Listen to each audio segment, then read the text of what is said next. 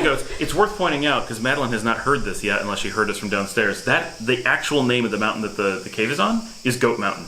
Really? Because Zeus was raised by a goat in that cave, is the mythology. And so the mountain is covered in goats, but all mountains in Greece are covered in goats, so that's not a special thing for that mountain. Don't just go there just to see the goats. Don't just go there. Because you can see them everywhere else. Yeah, you'll see far more goats on the drive to and from. Yes. Always goats available. You don't have to go looking for goats in Greece, especially on Crete. They are widespread.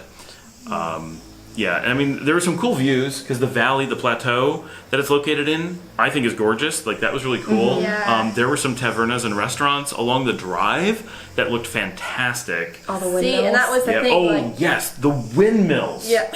So Crete does have a certain amount of fame, notoriety for some old, really ancient windmills, and even having lived on Crete for a while, you never see them.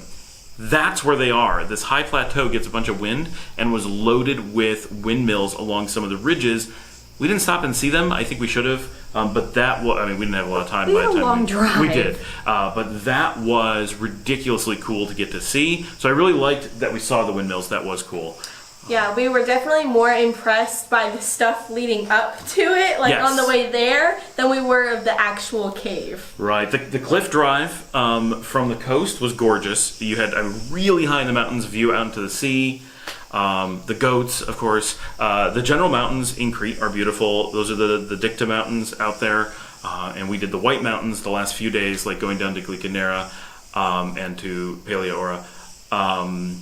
And the high plateau, super cool. And then restaurants, little towns. We saw several little towns that I thought were pretty cool. Yeah. But you definitely know that it's like a good place and a place you want to go if you want to hang around a little bit and are hesitant to leave. But we got up to that cave and we said, okay, we went down, we went back up, and we were done. We were like, okay, let's go. Let's sit in the car for however many hours it is to get back here.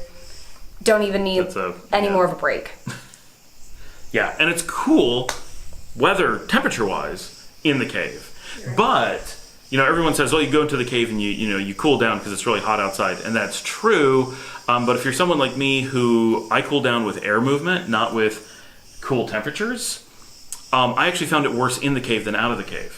So I was in a hurry to get out of the cave because I was hot from having climbed up the mountain, and then you went down into the cave and it's 100% humidity. There's water dripping off everything, including the railings. So be aware, the cave itself is pretty dangerous. The stairs are slippery, the railings are slippery. You don't want to be carrying anything in your hands. You don't want to be unsteady footing. It was every bit in reality, although it's very short, but on a per step basis, the cave was just as dangerous as the hike up to the cave, which was just as dangerous as the hike down to Glicanera. All those on a step-by-step basis on the how likely are you to twist your ankle and go plunging down whatever it is you're on was roughly equal, and all of it was a little bit more than you'd want to do on a casual day.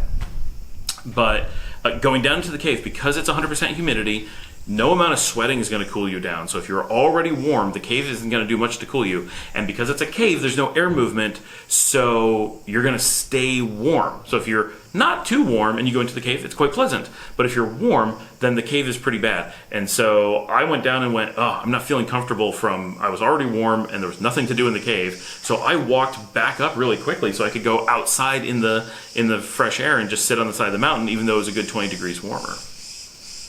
So that was our take on that cave. I think overall it's not a recommendation. So Knossos. So the three things we did recently: Knossos, recommended but kind of a soft recommendation. Glicanera, a pretty hard no, and the caves I think are a really hard no. And that's our take on the last 2 days of seeing Crete.